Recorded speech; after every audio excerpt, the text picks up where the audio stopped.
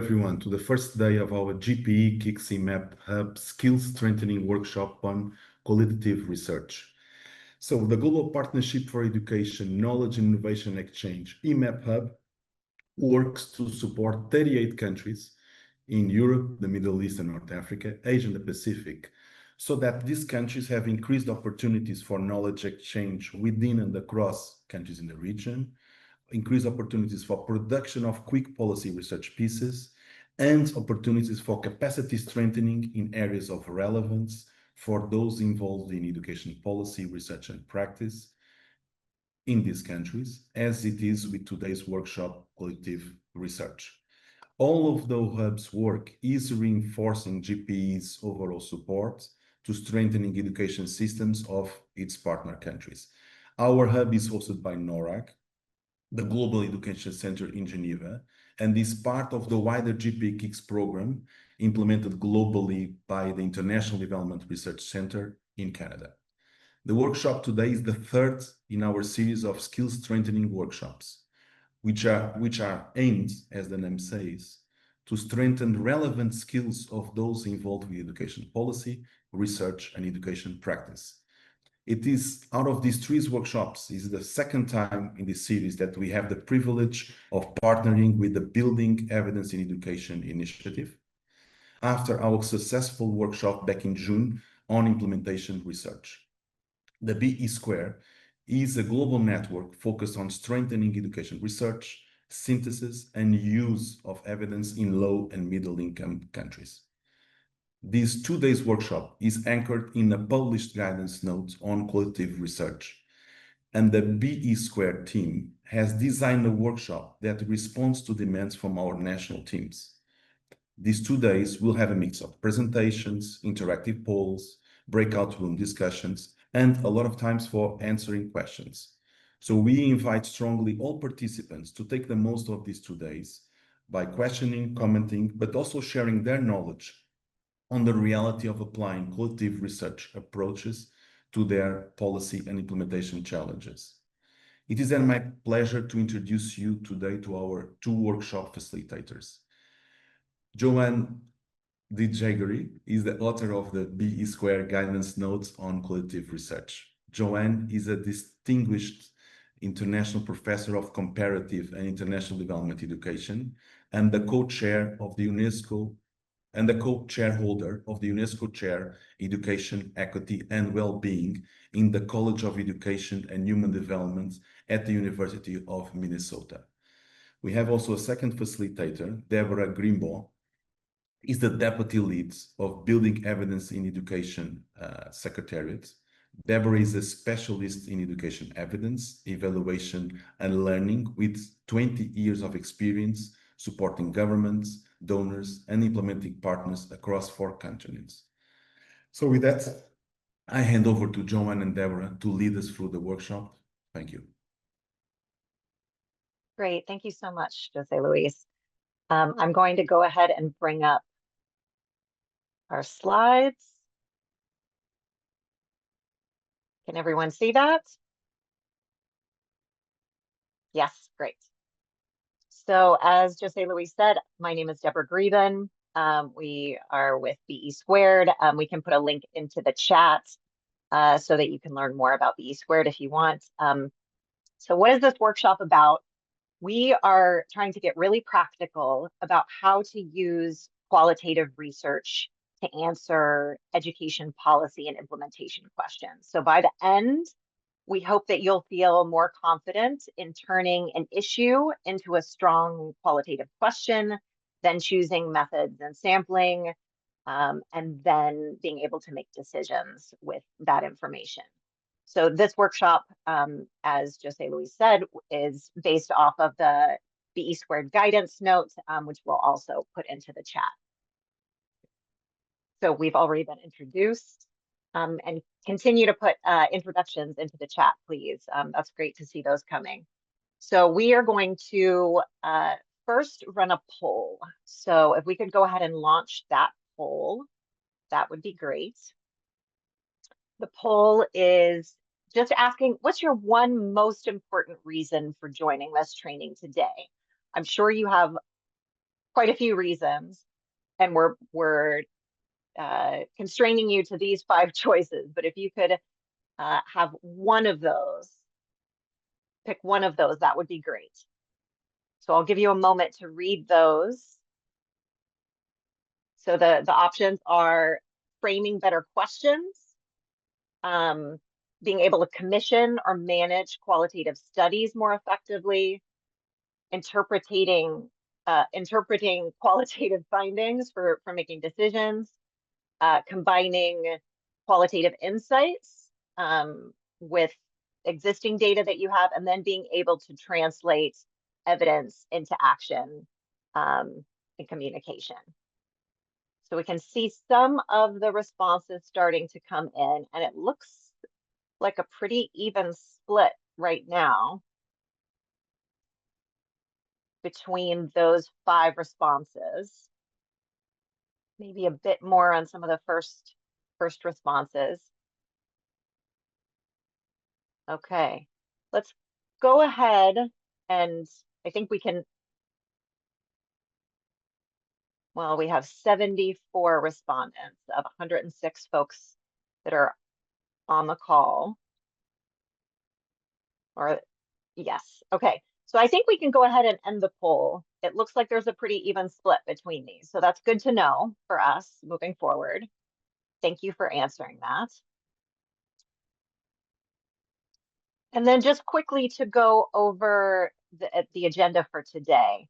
Today is mostly about getting the foundations right. We'll start with what makes a good qualitative research question. We'll practice that with a question clinic. And then later we'll connect questions to methodology, to methods, to sampling. And we'll use a case study, which all of you received ahead of time. I hope you were able to look at those. There will be 2 breakouts today, and you'll have time to apply this to your own work, not just listen. So then in terms of the purpose of, just to tee us up before I hand it over to Joan to get us into some details. Qualitative research helps us with better being able to understand the how and the why. What's going on here and why? It's how we understand people's experiences and their decision making. It's how implementation actually plays out on the ground, especially when the story isn't visible in the numbers. And in practice, it's what helps explain the gap between policy on paper and practice in real schools and other settings. And it often surfaces surprises that you would not have thought to measure in the first place. So for many reasons, qualitative research is extremely important, and doing it well and rigorously is very important. And so we're so glad you're here today.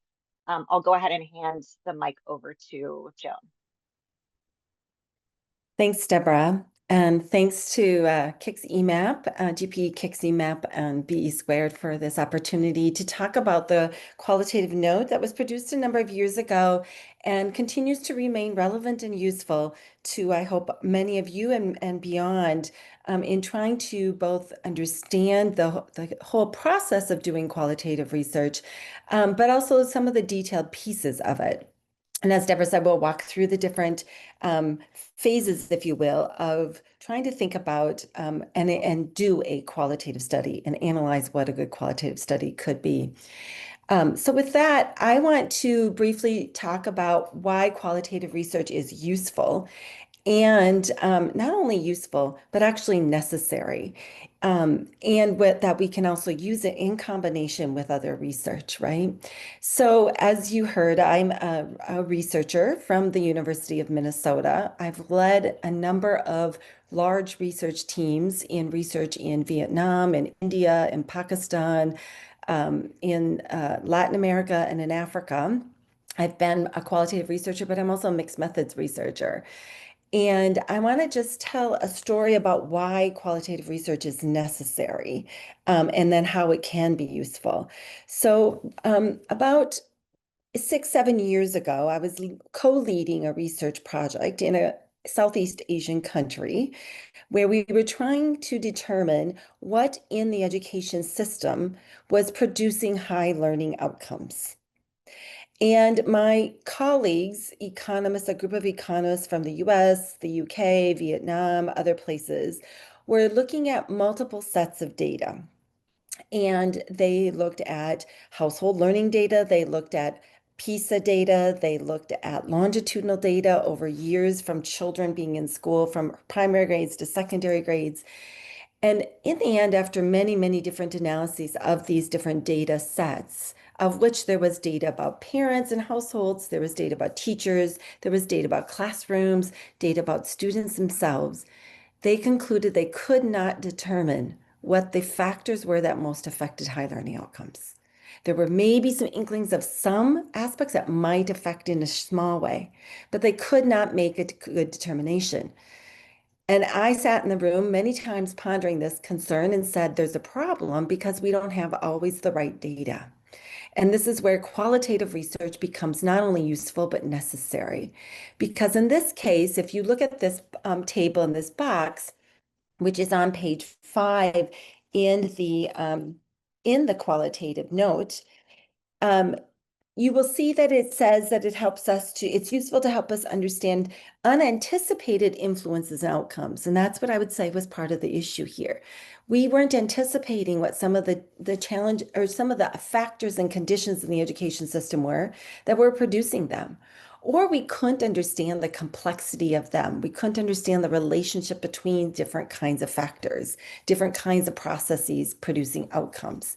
So in that sense, we needed different and better data, right? And qualitative research can help provide that. It can provide more understanding and context.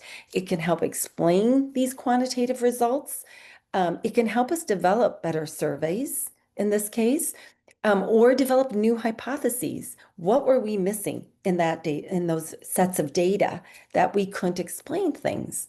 And it can also offer some causal explanations, not in the way we talk about causality in quantitative research, but it does allow us to explain processes and structures that can influence outcomes. So go ahead to the next slide. So really the key takeaway here is that quantitative research can offer knowledge on these policy outcomes or factors affecting them, but it has limitations in how we can understand them. And as Deborah said, qualitative research then helps us think about the how and the why. It's necessary to actually understand the different kinds of conditions and factors affecting outcomes, and especially in new ways, and to reveal how those factors and conditions actually affect it. So we were thinking about questions again in the how and the why. Next slide. So what makes a good kind of qualitative research question? Well, in many ways, it's not completely different from any good research question. You want it to be linked with a clear issue. In this case, hopefully it's an educational policy or practice issue. You want it to add new knowledge, right? To tell us something we don't already know about processes or unknowns. And I think my example tries to illustrate that. There were many things we knew from these large data sets. You all know how large PISA data sets are, for example. There's many things we know, but there were things we somehow did not quite know or understand from them. And it helps us to then contextually, to have contextually specific kinds of factors and conditions that we can examine. And in this case, there were probably some very specific contextual factors to try to understand that weren't being picked up in some of the more international data sets. So a good qualitative question, right, is one then that tries to address these same things that quantitative do, but it does it a little differently. It does it with hows and whys and for the purposes we just talked about. So go to the next slide, Deborah. So we're going to show you some different qualitative questions, starting with the first one. And I want you in the chat to tell us what the purpose or use of this question is. Is it and the answers are on the right side, possible answers. So it could be A, B, C, D, or E. And the first question is, how was students' learning affected by a natural disaster? If that's our question, how was it affected? What are we trying to answer? What are the uses of this qualitative research? Is it A, perceptions and attitudes? Is it B, identifying processes and interactions or relations and systems? Is it C, showing these processes and relations and the gaps between policy and practice? D, unanticipated influences? Or E, contextual conditions affecting outcomes? Okay, I'm seeing a lot of E's. All right. And so, yes, this is E. It could actually also be B to a small extent by trying to identify some of the interactions within systems, in this case, climate systems, right? Or potentially political responses to those systems. So it could actually be a bit of B, but it's also most definitely contextual conditions. Second question, why is a program effective in one context and not another? Why is a program effective? So we're doing now 2. So if you want to put 2 in your chat and then the answer, that might help me distinguish. Okay. So I'm seeing lots of D's. Okay. So C's. Okay. E's. So there's less agreement on this one. It might be a little bit harder because there could be some different purposes, right? Especially if we ask more details about this question of why. I think most specifically, why it is effective in one context and not another is to try to look at contextual conditions, E, right? But we might also be, as some of you said, B, D, and E, okay? So we might be looking at particular processes and systems that affect that. We might be looking at maybe unanticipated influences, right? So there could be some multiple purposes, but most definitely we're looking at contextual conditions. All right, third question. How was the implementation of a new educational curriculum affected by its staggered rollout? So the way it was being implemented or rolled out, how was the implementation now affected by its staggered rollout? So this is 3. So I'm seeing some C, B. Lots of C's this time, a little more agreement. Some people saying potentially B. Good.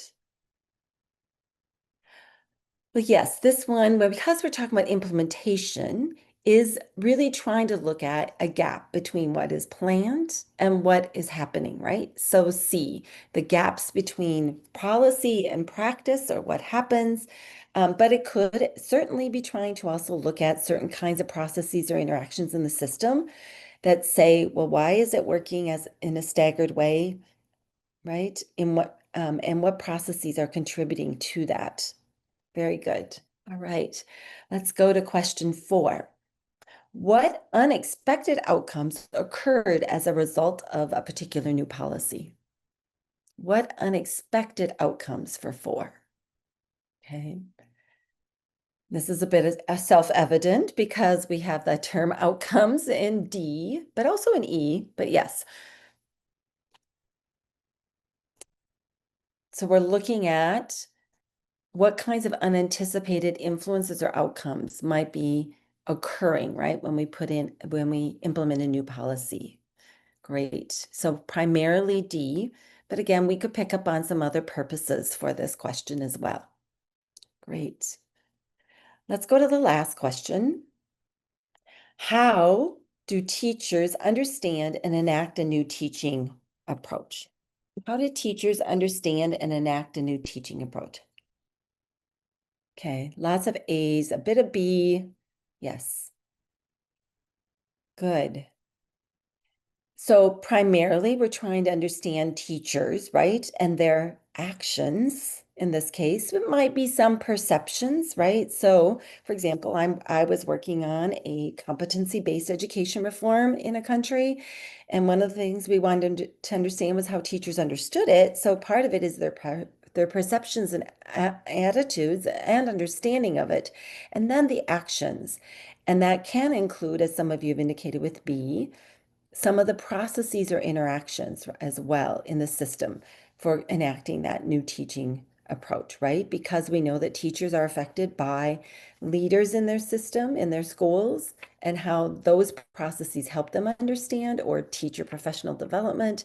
So we can take some sort of secondary questions to try to answer these overarching questions of the how, in the case of the 1 and 2, 3 and 5, but also the why, right? So in the case of 2, why something occurs.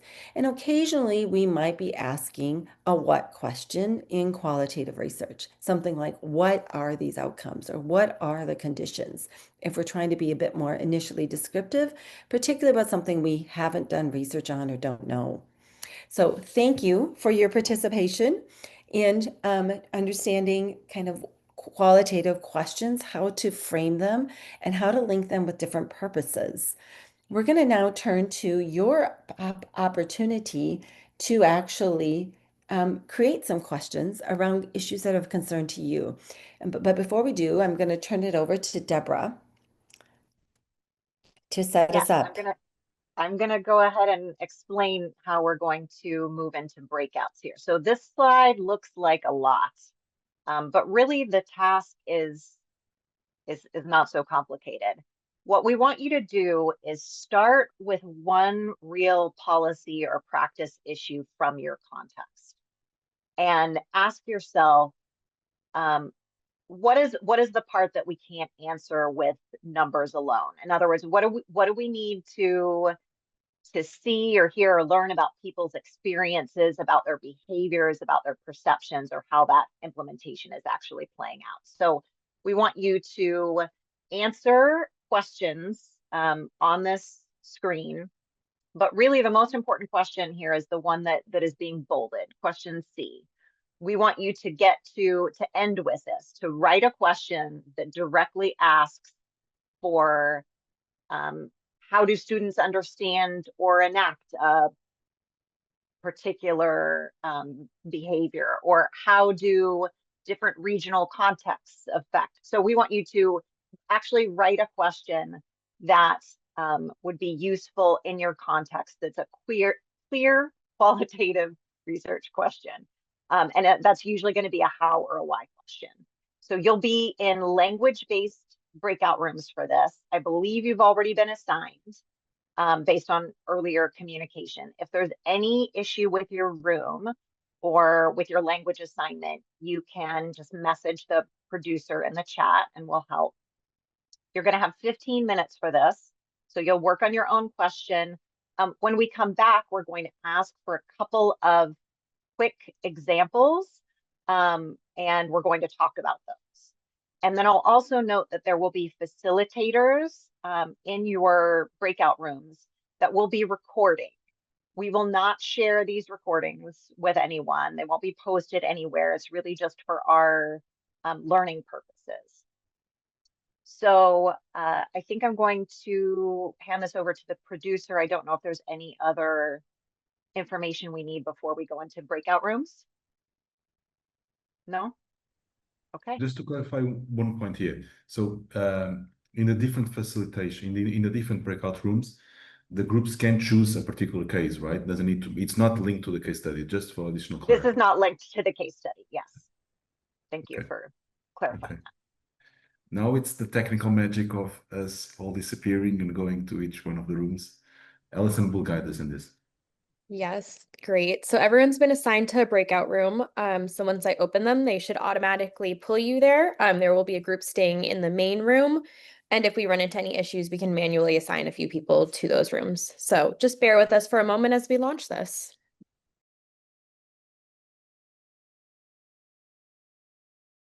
Yeah, thank you so much for that. I know that was quick, but we hope you had some good discussion.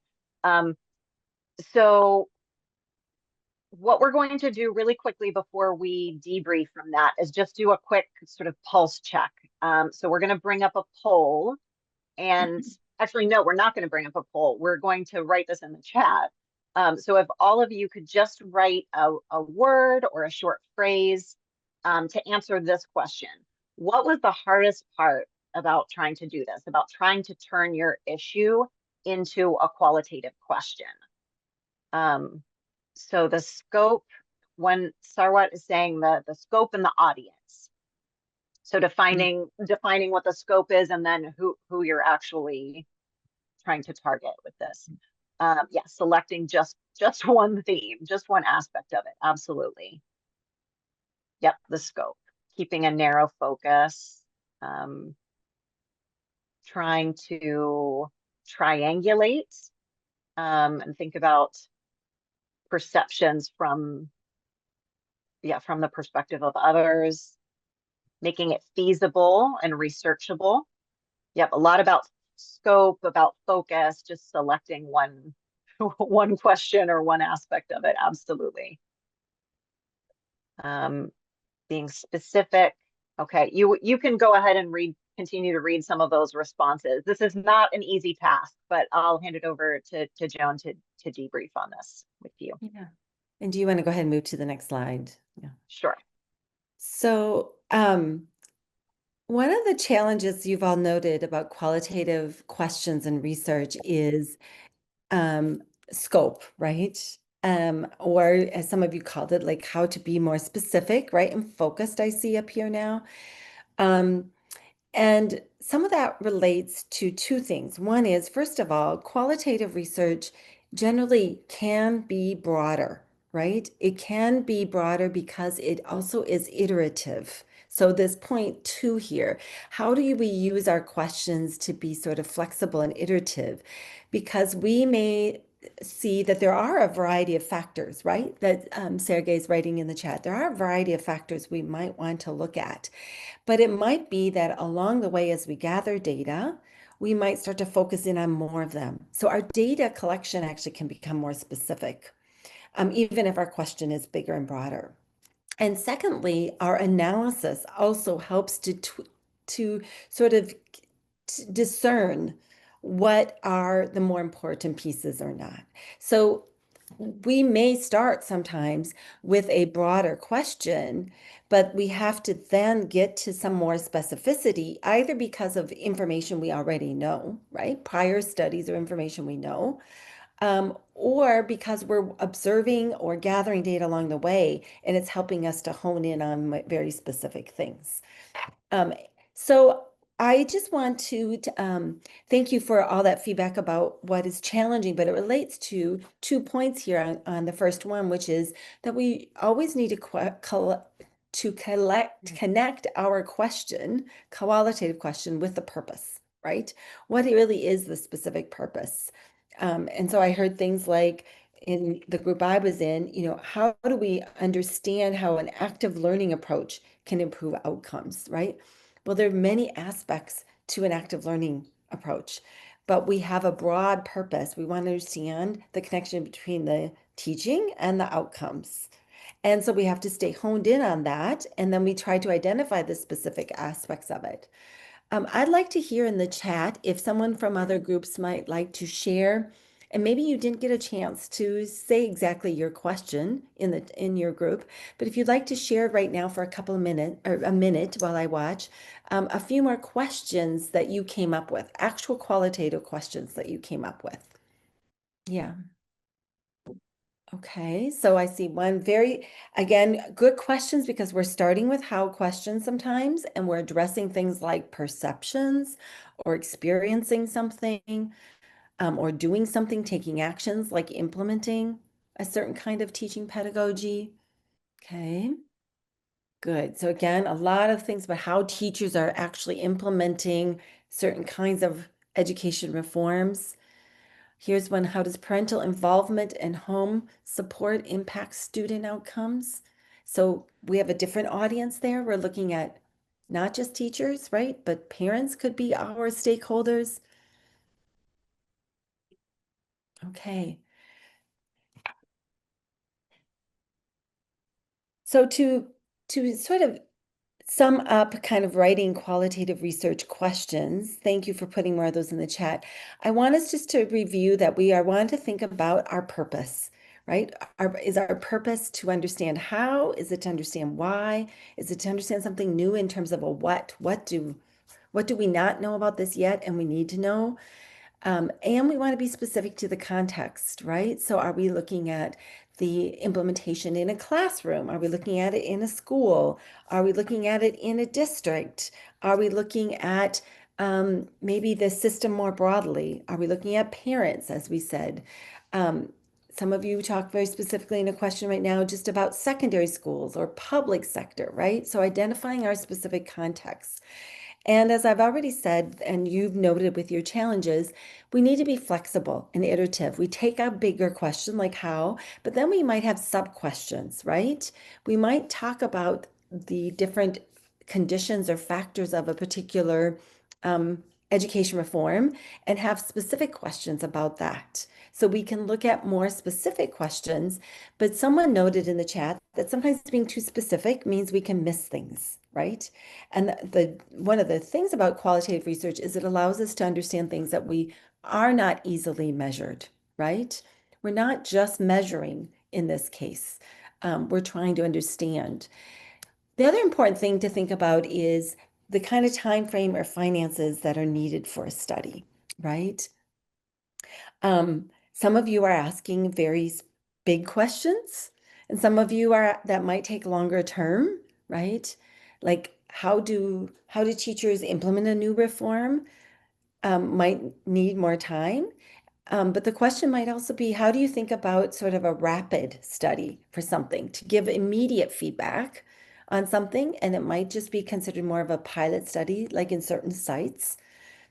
So we can think about how to reduce things to faster kind of studies with a certain time scope or certain amount of finances. But when we ask questions like implementing a reform, these are big questions we're trying to know. So we have to be also thinking about the kind of time frame and the finances needed for that.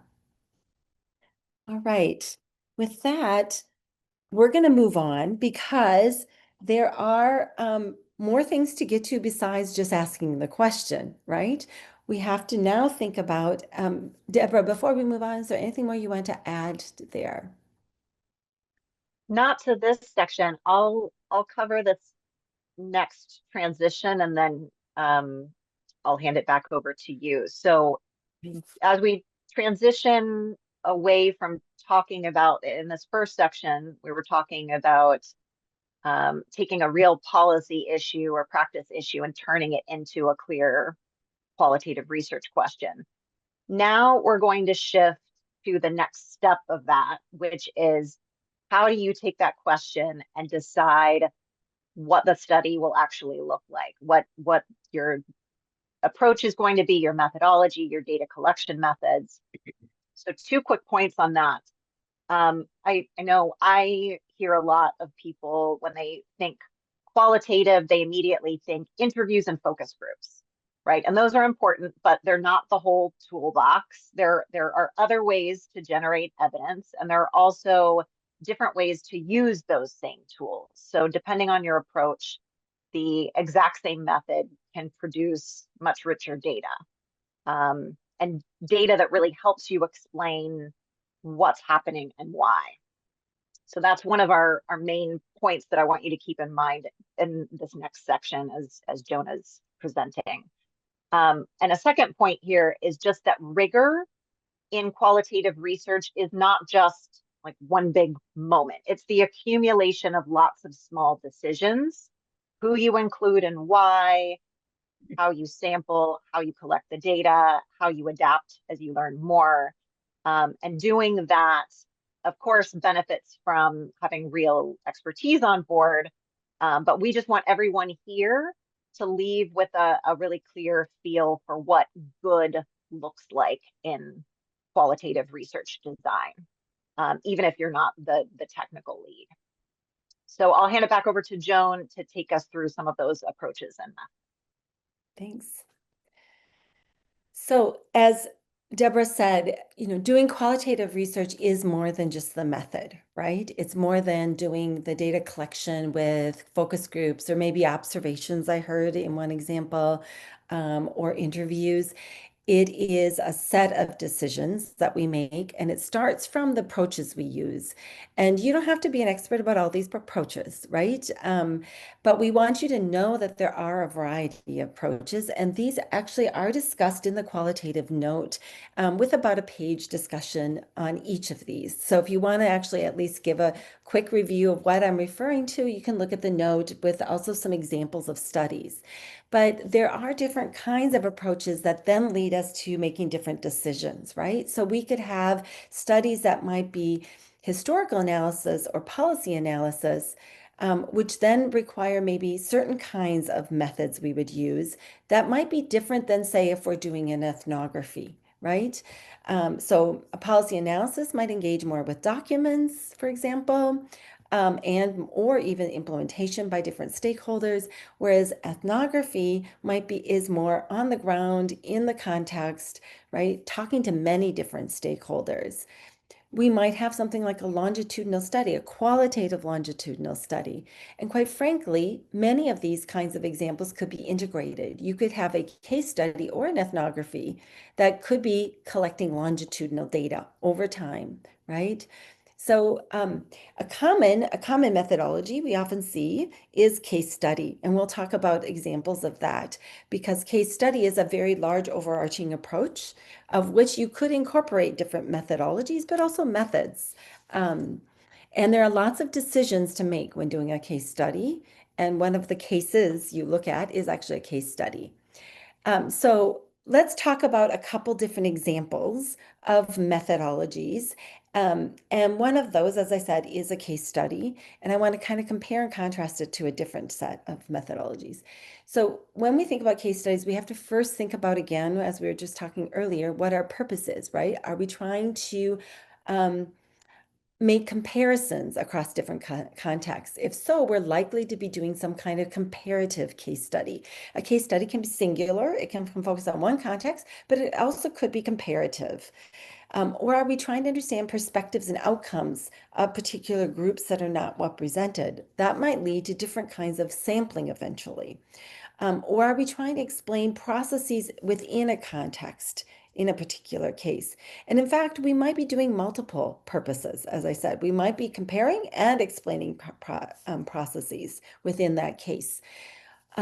But a case study is somewhat unique from some other methods in that it requires sampling at the level of the case. And it also requires sampling at the level of participant. And thank you. I see some questions continuing to be posted in the chat. Please do that, and we'll try to get back to some of those questions later as well, and maybe bringing up how we can do these. For example, a case study can be mixed method, right? We could certainly be using quantitative data, collecting quantitative data and qualitative data. But again, I want to make sure you understand cases that we are selecting at the level of a case or multiple cases, and we're selecting participants within that case, depending on our purposes. And then eventually we get to things like methods. We don't decide methods first. We decide purpose, we decide who, and then we decide methods. So we might be using interviews for particular participants, but we also might use things like observations. But beyond observations and interviews, there are also things like journals, collecting journals or textual data, diaries that teachers might use. For example, studies that do a lot of professional development with teachers, I've seen the use of teachers' diaries as data that are collected and how they're actually thinking about that new professional development and how they might implement it. Or things like photo voice, asking participants to use gather their own data through photos and then doing some explanation of that, right? So you do sampling at the level of selecting why you are choosing a case, and then you also sample participants within that. And we'll talk more about that because you have a case that you'll be discussing as a case study. Well, let's move to another example of a kind of methodology that's also quite commonly used, but has many different kind of orientations to it, different methods that can be used. Participatory approaches, right? we often will say, well, we're doing participatory research, and we have to understand, well, why, right? What is our purpose in doing that?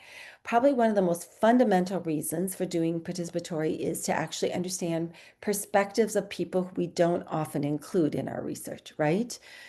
So we may have a lot of data already about how a particular reform has been implemented in other countries, or even in our own country, but we may not always include all the people we think need to be included in that. So we might take a more participatory approach. A participatory approach can also have the purpose of trying to explain certain processes again and being very contextually specific to those participants. And I think another important reason for using participatory approaches is actually to engage participants in their own actions from the research. So participatory is not just about gathering the data, but it's actually using that data to enact change related to that purpose in question. So that, again, participatory would want to engage participants in possibly taking up the research findings. Okay. Again, in a participatory approach, we're going to decide who our participants are, and that leads us to select our sample by deciding who are our key stakeholders. And this needs to have a broad enough kind of understanding, because often we can not select certain stakeholders, and then we have to have a rationale why we don't select them or why we would include. So sometimes we want to aim to be more inclusionary in our stakeholders, but if we're not selecting certain ones, we would want to say why. For example, students often get overlooked in our studies, right? We may not actually engage students in gathering qualitative data, but we might do it from the teachers. But then we need to be able to think, well, why would we include students, right? And why would they need to be involved? What do we need to know from them? Again, we can have the same sort of methods that I talked about in case studies for participatory approaches. They just might look a little different, right? And particularly something like photo voice is already quite participatory because participants are taking the photos. But there are other methods like asking participants to do drawings or mapping that are also very, very useful in participatory approaches. So that just gives you two examples. And again, we'll try to return to summarizing some of your questions that you're writing up. But I just want to just summarize this, that different approaches are actually informed by a sort of understanding that we bring to the methodology and methods. We might come from maybe what we call a more interpretive perspective, which is to say we really want to just understand human behavior. We want to try and seek what teachers' meanings are or parents' understandings are, and therefore we might use more of these methodologies in the third row, things like a grounded theory approach or phenomenology, or ethnography or qualitative approach. And any of our methods that we've talked about could apply. But we also might come at it from, in the second column, a more critical approach, where we're actually trying to maybe create change, where we need to try to examine kind of causes that we don't often know about or that are not actually very present in the research that we're currently doing. And so we call this a more critical approach to try and reveal some unknown or hidden kinds of causes that are not common. As I gave in my opening example, after analyzing all that quantitative research, we still could not identify causes. So we had to maybe come at it from saying there are things that are not being represented in this data that we need to be able to identify. And that meant maybe identifying new kinds of participants and new kinds of causes that we might try to identify through our approaches. Let's move to briefly talk about methods and sampling before we actually get into our cases. So as I said, we have different kinds of methods we can choose from, and we don't need to resort to just one. We can use more than one. And some of you I've noted in the chat have talked about triangulation, right? We can triangulate by using, say, interviews and observations to give us a more richer data. That does mean, of course, that the amount of data you're working with expands, and that means expanding the financing or time to do that kind of study, right? If we use observations and interviews. But it is important, I think, to think about data, the methods and how we gather data to answer the question, because interviews may not be the best method. Interviews are good for helping us understand, potentially, as people have noted, perceptions or maybe even a little bit about how teachers talk about how they understand or do something.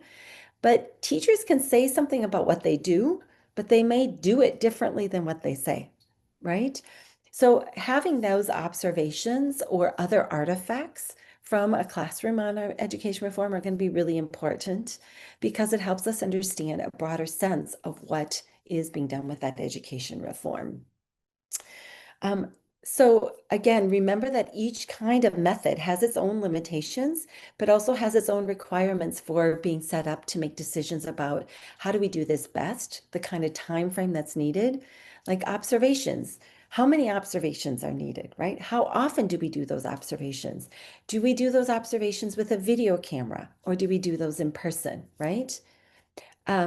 So I see some more kind of comments in the chat about ways that we could do different kinds of interviews or observations.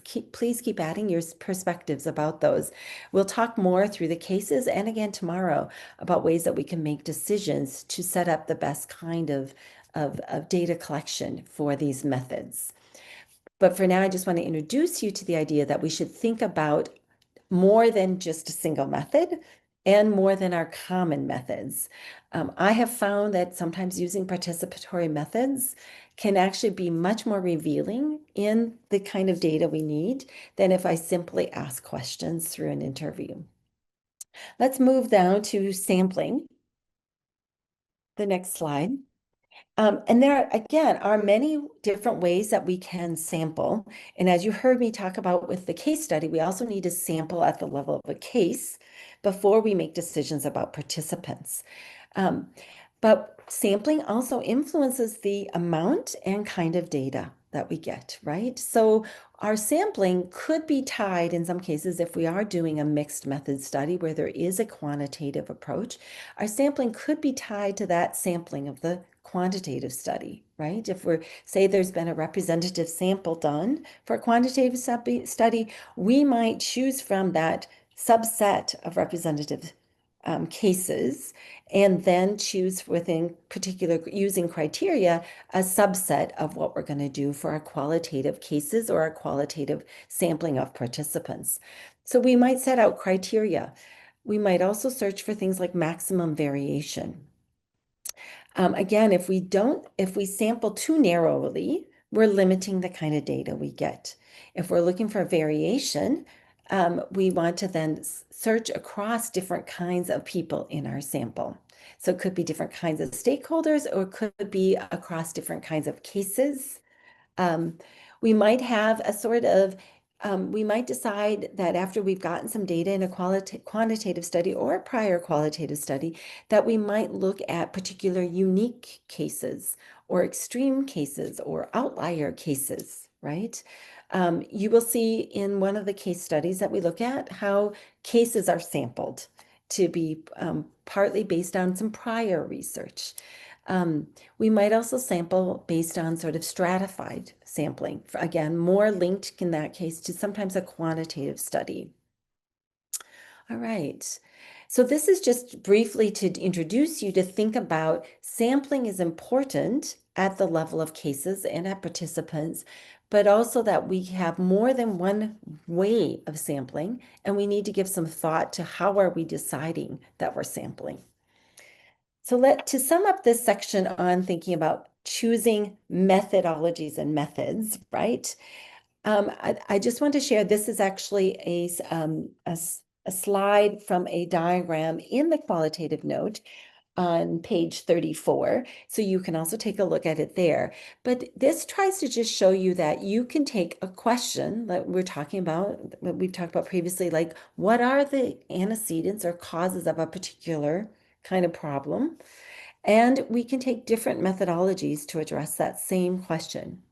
And we can also line up different methods with those methodologies. Now, some methodologies might be more into to a particular method.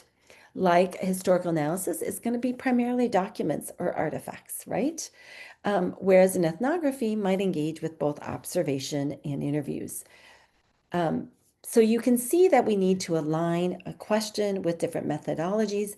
Then we choose the methods, and we eventually get to analysis, and we have different ways we can analysis. Different ways we can analyze those the data from those methods. And we'll talk more about that tomorrow. So again, I would like to take, before we move into our next section, I think we might want to just open it up for particular questions for a few minutes. Deborah, do we want to move to the next slide?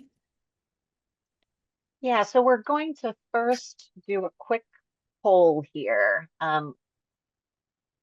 which I believe we have coming up that our producer will launch this poll. So we're interested to know, what do you feel are the biggest constraints that you have or will likely have when you are planning qualitative studies? So options we've listed here are around time, budget, access to participants, political sensitivity, staff skills, data management and analysis capacity, and other. Okay, so it looks like most folks are saying budget, access to participants, and management, data management and analysis capacity. Great. Makes sense. Okay, great. That's helpful. So we have been looking at all of your questions here in the chat, and there are a lot of them. A lot of them are very specific. Some of them we may cover in other sections of this training, of this workshop. But two questions that stood out to me that I'd like to put forward, and Joan, if you see any others here that you want to respond to, please do. But one question is about emergency contexts. If there's any tips or pointers or things that you might change when you're thinking about conducting qualitative research in emergency contexts. Yeah. Good question. And I am working on a very large project right now across 14 countries in Asia, of which we're trying to understand how education systems are resilient under disruptions. So political, climate, economic, etc. And in a few cases, we're actually not possibly even going to be able to collect some data, right? Because of the emergency kind of situation. So I think that emergency contexts are probably best known and managed by those who are working very closely within them to be able to say, do we have access to participants, right? Because really the question is, can you get the data, right? And what kind of data?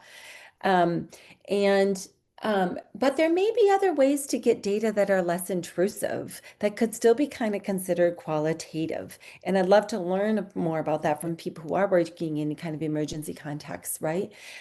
So there are ways to get even GIS data, geographic information systems data. And we often think of that as quantitative, but it's not always, right? We might be able to map where people are or how they can get access to schools, right? Or through kind of data that may be less intrusive in the sense of actually talking to participants. So I would say emergency contexts, you really have to work with whether there are people on the ground who can feel like it's safe to access that data. I know I was working on a project where we were working or proposing actually to work in refugee camps. And the really important critical issue there was, of course, ethical clearance, right? And all the guidance. But also, what about actually working with young participants themselves who have been educated through the education system, but who also could then gather data with their own not necessarily family members, but people within the camps that they know, right? So that the access is actually from internal rather than external in that case.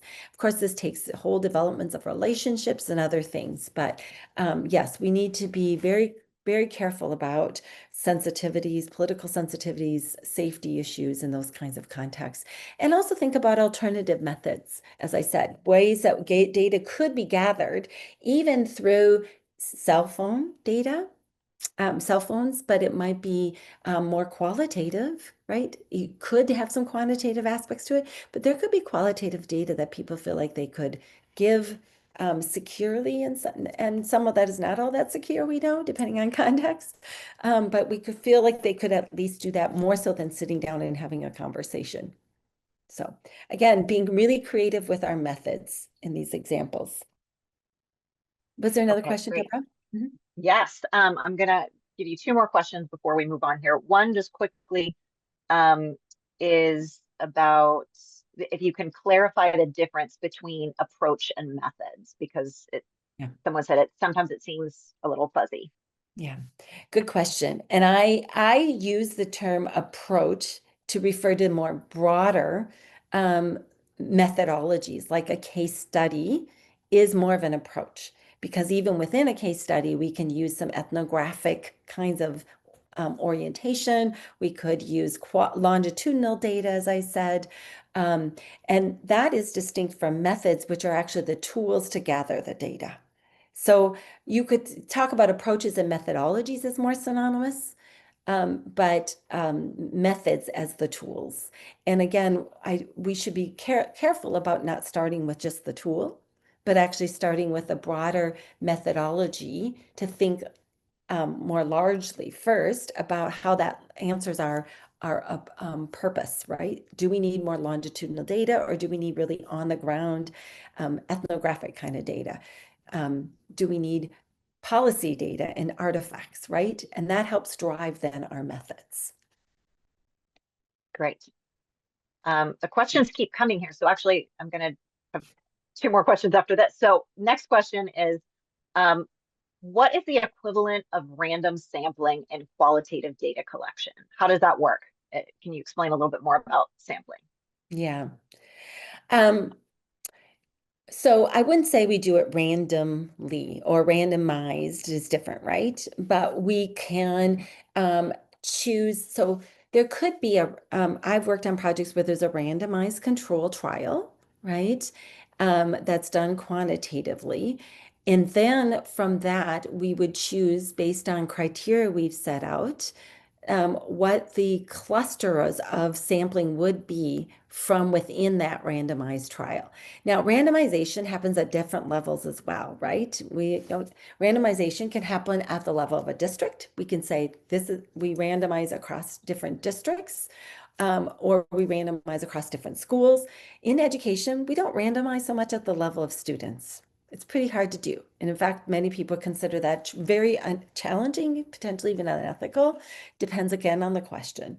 But so we randomize at different levels. If you're randomizing in a quantitative study at the level of a district or schools, you can then select clusters of students within those schools or districts, right? So it's probably more equivalent to thinking about cluster sampling, or the other also might be just maximum variation. You could almost randomly go through a list of your participants and search for maximum variation, but that again is based on some set of criteria, right? What are you trying to actually vary on, right? So are you varying on learning outcomes, or are you varying on age or something else, right?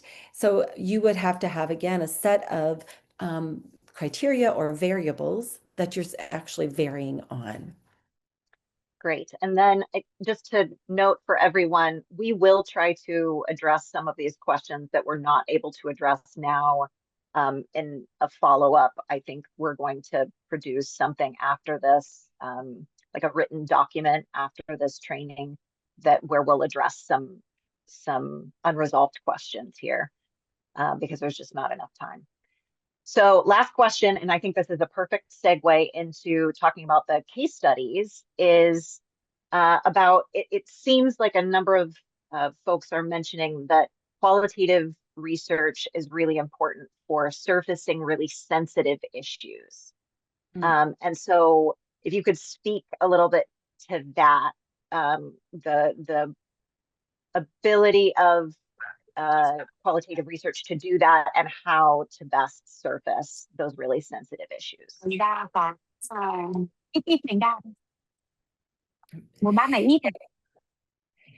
So I think we're getting some feedback there. Yes, so I think it's sensitive and also sort of unknown, right? So I started this whole session with talking about how there was so much data we had, and there were things we still could not explain in the learning outcomes in that particular context. So qualitative data then can help us and should be more prominent then, in this case, to identify some of these unknown factors, but also sensitive, right? So things that sensitive can go both ways. Sometimes people might be more honest in trying to talk in a random, a survey where they're is more seen as confidential, right? And they're de-identified in some way. But sometimes the questions that are asked might not actually get at their true underlying feelings, right? So we might be more prone to respond to a survey, but it may not actually reveal their underlying feelings or perceptions about something, right? And we'll be talking about that, as Deborah said, when we talk about a case on comprehensive sexuality education, a kind of a policy issue that surfaces a lot of varying perspectives about how it should be done and whether it should be done. And with whom it should be done, right? So I think that when we think about particular topics, like something like sexuality education or pregnancy, policies around pregnancies and schools, we want to be able to be sensitive to how we ask questions. So it's not just whether the topic is sensitive, but also how we ask the questions so that we both get valid, reliable data in some sense, if we can use that term in qualitative ways, but also that we get data that is going to reveal some of the underlying concerns and issues that wouldn't normally be set in a survey.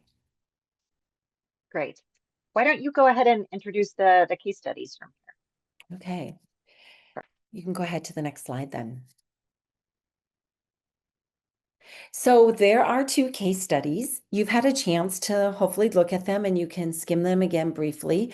We're starting with part 1 of the case study today. We'll be doing part 2 tomorrow. So you don't need to actually refer to part 2 in any way right now because it's really about analysis. But part 1 is about trying to give you some background to what would be a much more complex case, right, if we were doing this study or part of it. But I want to just give some brief introduction to the context of each case and the purpose and the issue. So, and I believe you're already signed to discussing these. I'm not going to give too much information because the purpose of your discussion today in your breakout groups will really be to identify some key information from the case around the purpose, questions, etc. So case study 1 is an example of a policy that was implemented in a pilot and was shown to be quite effective in one case. So the organization, an NGO in this case, brought data forward to government officials to try to show them how it had been effective and that maybe it should be considered for scale up.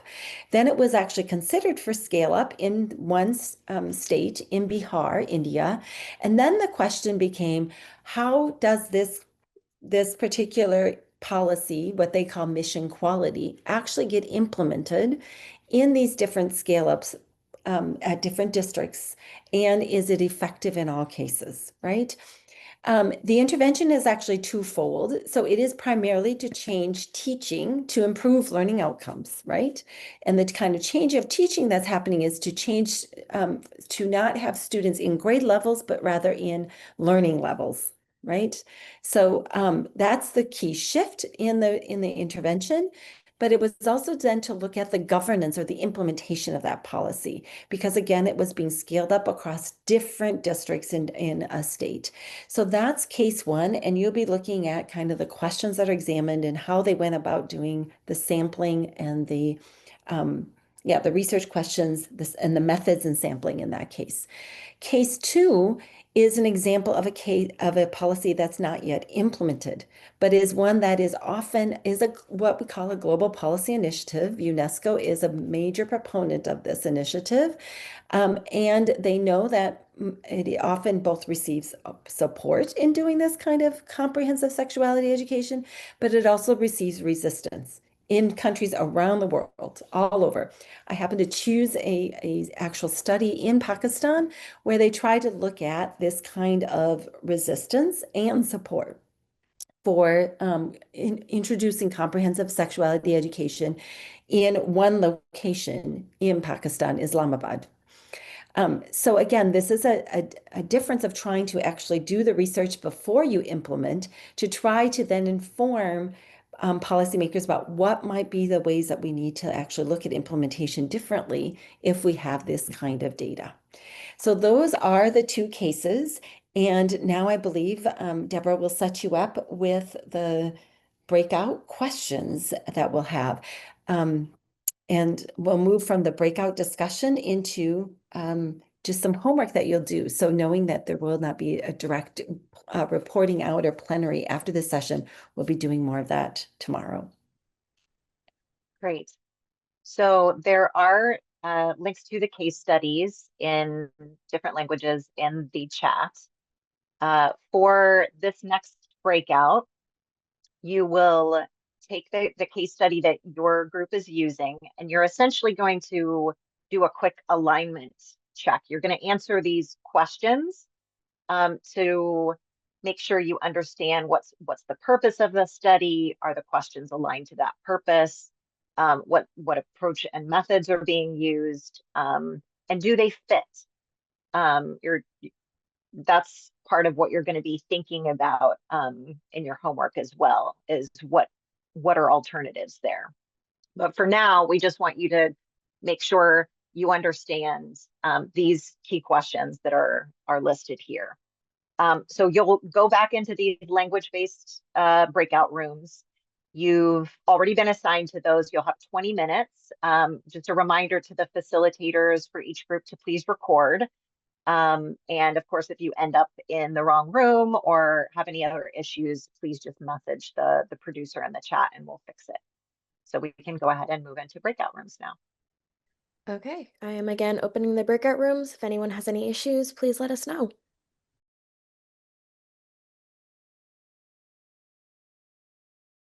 Deborah, should I take it?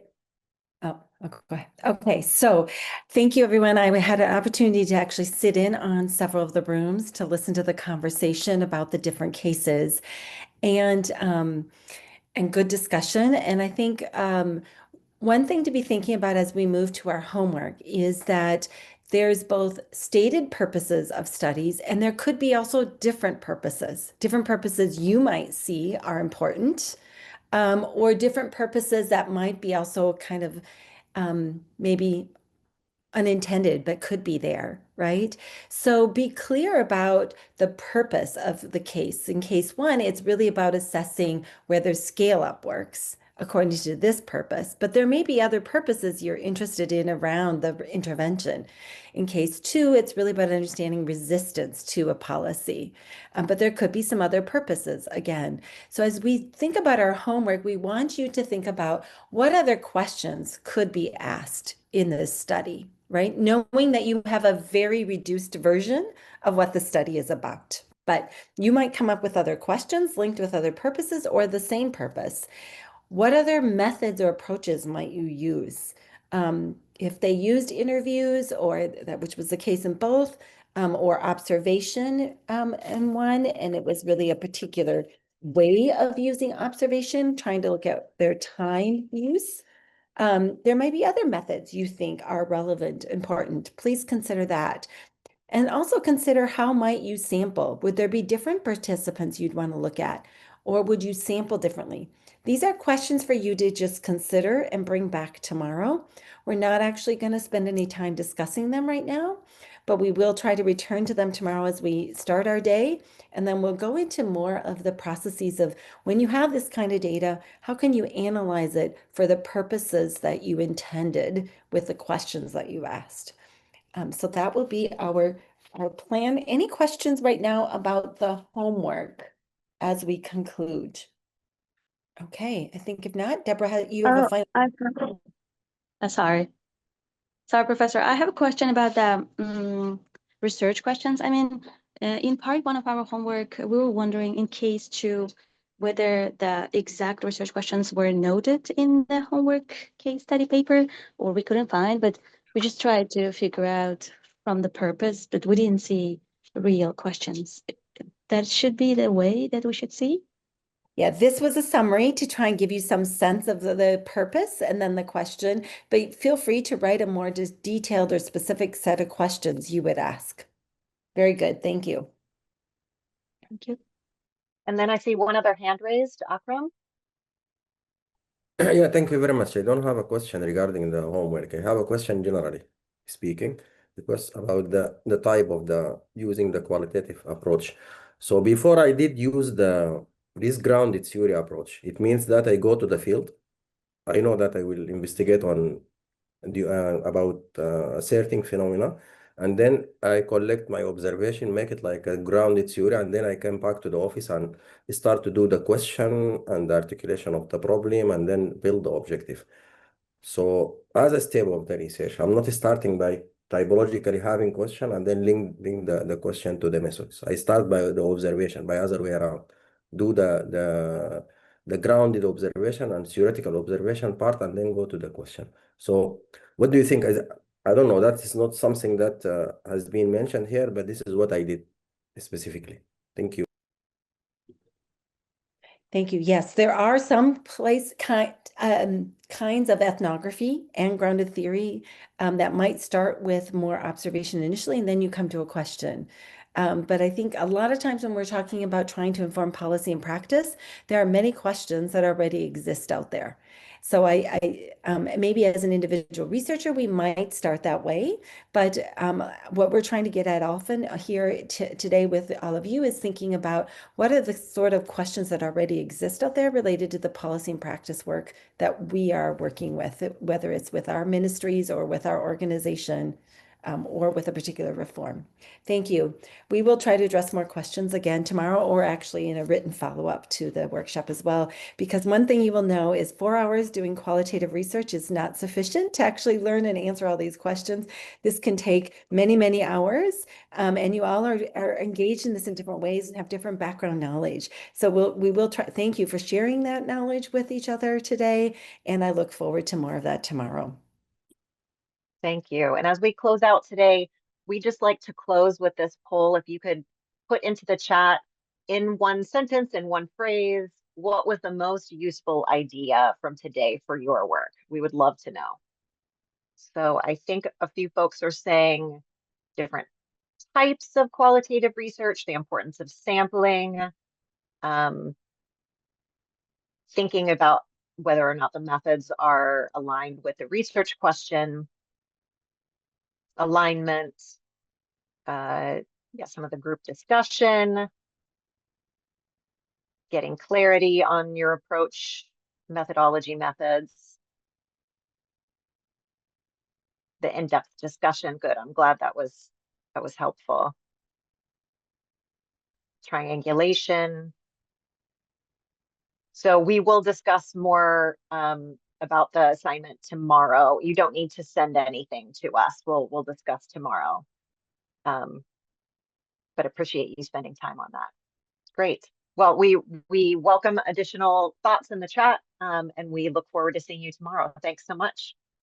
Thank you. Goodbye.